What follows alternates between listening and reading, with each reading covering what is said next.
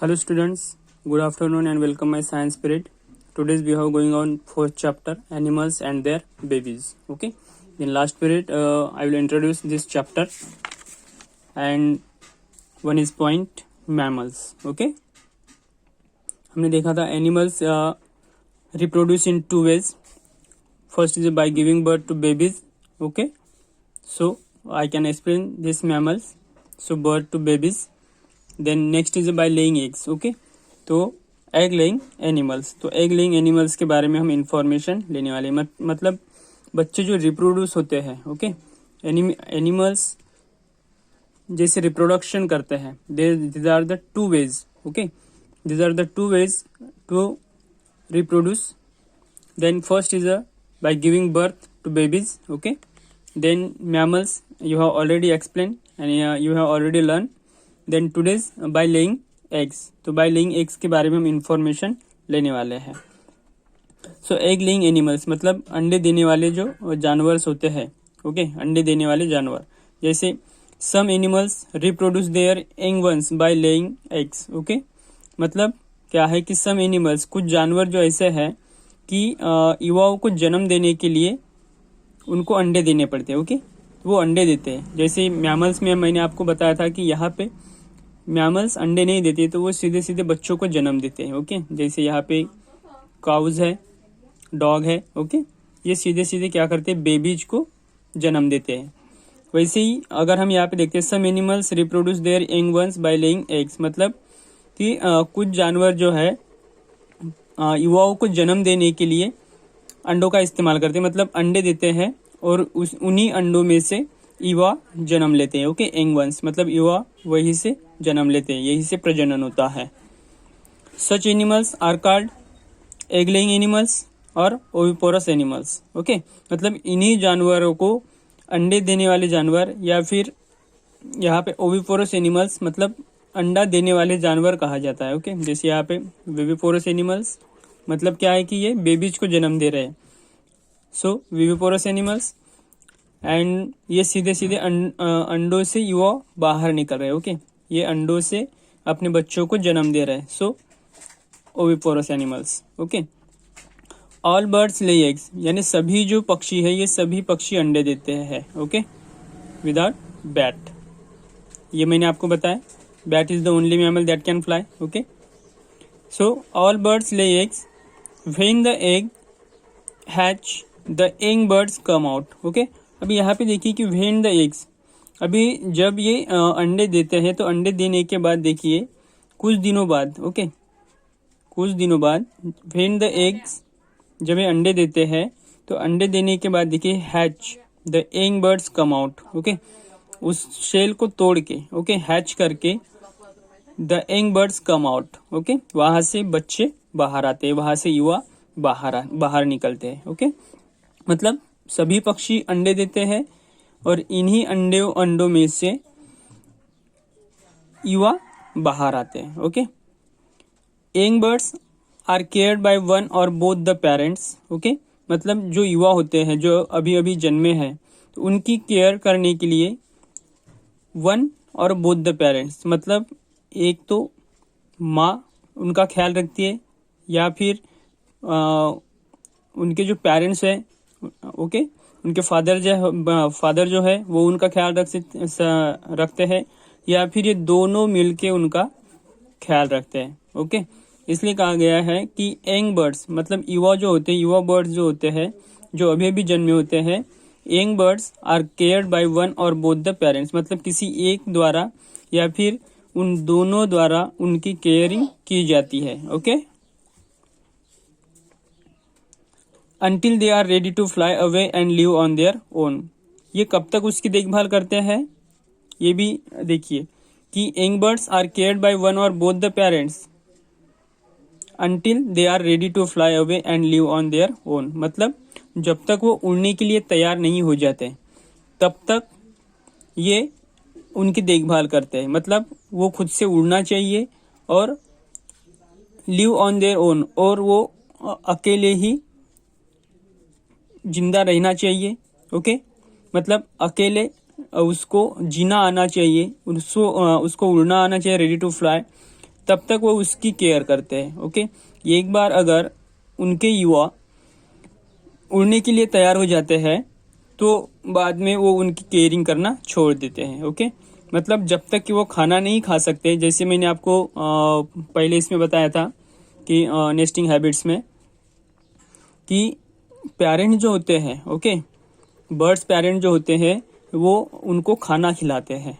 Okay, खाना खिलाते हैं। ओके, और कब तक खिलाते हैं? जब तक कि वो खुद से खाना नहीं सीखते, जब तक कि वो खुद का खाना खुद सर्च करना नहीं सीखते, तब तक वो उनको खिलाते हैं।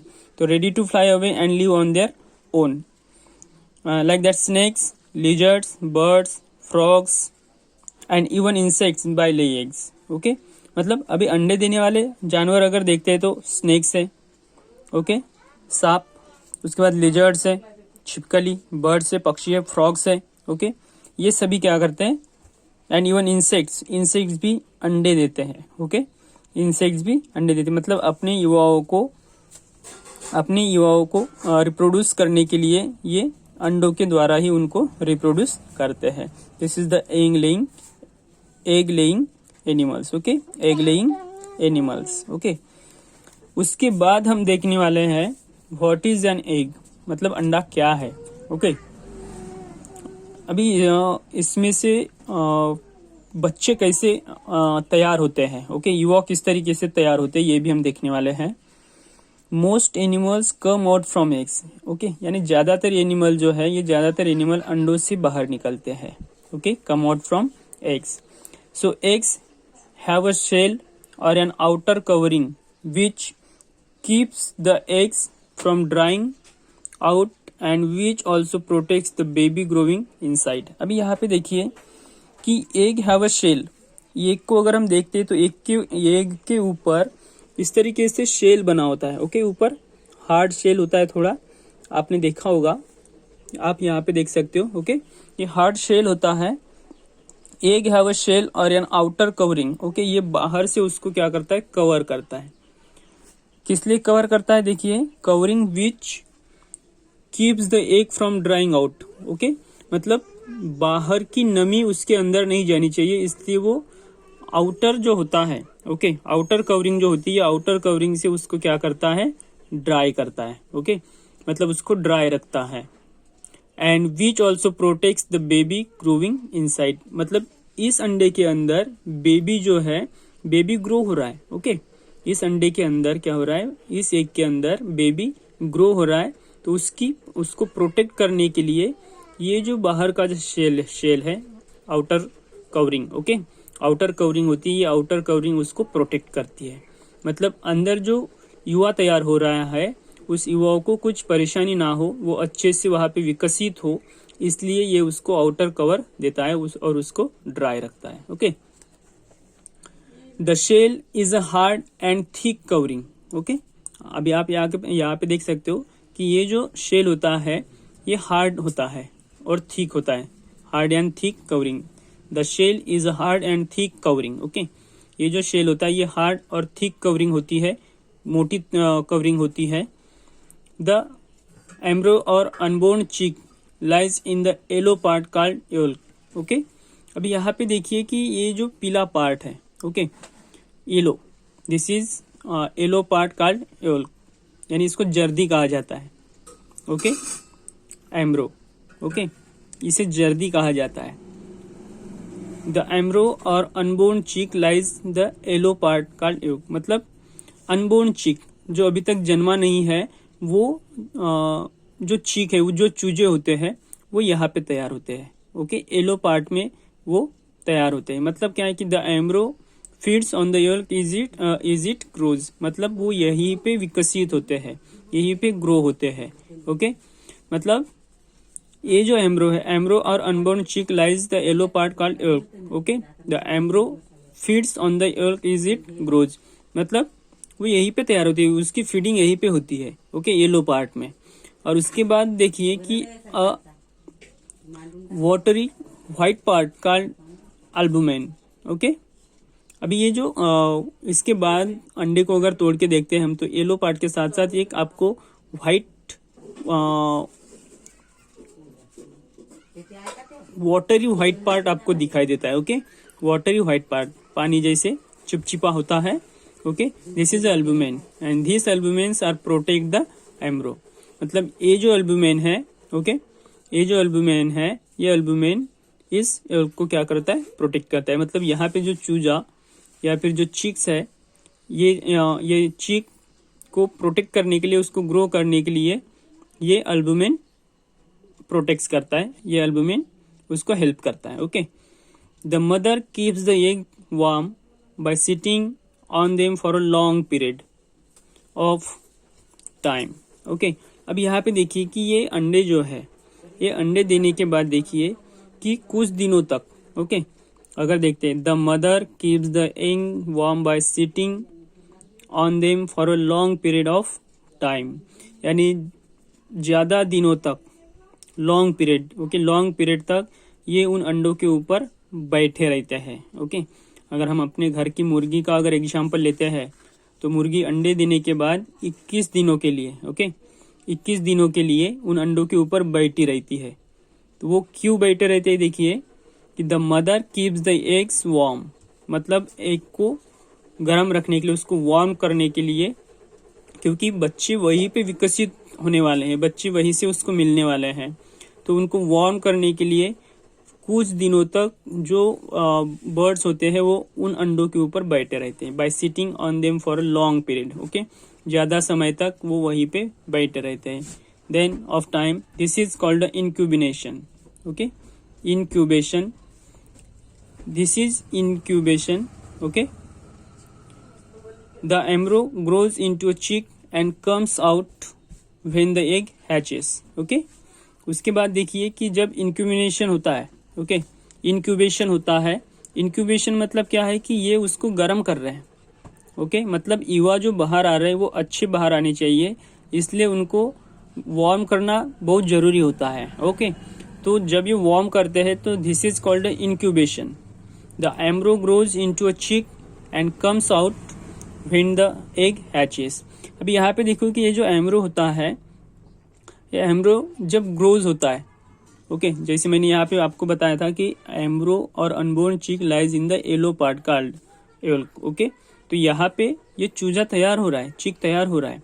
ओके, ये चिक तैयार होने के बाद देखिए कि जब एम्ब्रो ग्रोज इनटू अ चिक, जब एम्ब्रो जो है, ये एम्ब्रो अनबोर्न, ओके, ये अभी तक बोर्न नहीं हुआ है, ये अनबोर्न है। सो एम्ब्रो ग्रोज इनटू अ चिक, जब ये चिक में ग्रोज हो जाता है and comes out from the eggs hatches, और बाद में क्या करता है, वो अंडे को तोड़ देता है और तोड़ने के बाद बाहर निकलता है। तो बाद में हम छोटे छोटे चूजों को वहां पे देख सकते हैं। ओके, तो इस तरीके से व्हाट इज एन एग में हमने देखा है कि अंडा किस तरीके से होता है और अंडे में किस तरीके से युवा जन्म लेते हैं।